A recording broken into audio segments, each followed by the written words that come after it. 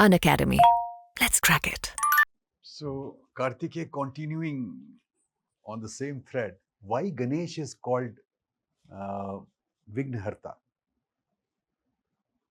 What is the symbolic significance?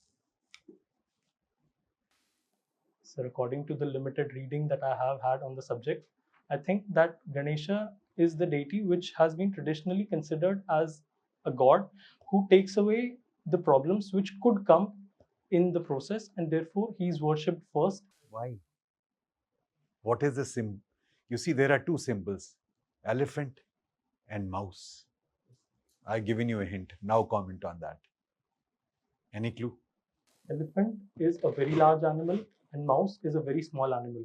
Right. So, if Ganesha is a deity who can bring reconciliation between such two different animals who are of such different sizes and can bring bonhomie between them, he can make other works also go without any issues. That is my opinion, sir.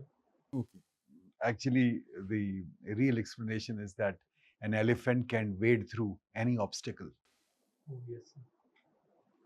Water, jungles, and no grain is safe from a mouse, howsoever secure you may try to place it in the wherever, but a mouse can reach. So there is no obstacle as far as these two animals are concerned. FCI knows it better than anybody else. So that is why these are the two symbols of the remover of the obstacles. Thank you so much. Unacademy. Let's crack it.